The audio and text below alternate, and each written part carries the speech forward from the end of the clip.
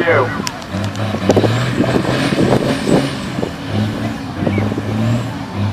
Lukey, you're going to get in so much trouble, my friend.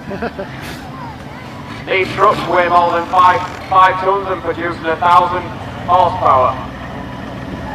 There's two different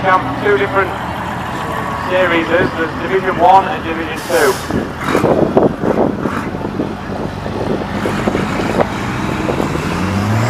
Despite having 1,000 horsepower, they are actually limited to 100 miles per hour.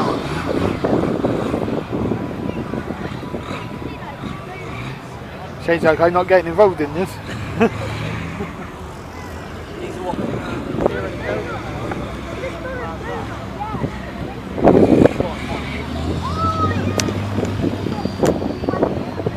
It's not difficult on this wet grass, eh?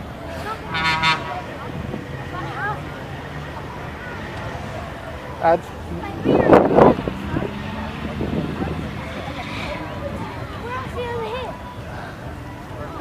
This is the 3 o'clock shower.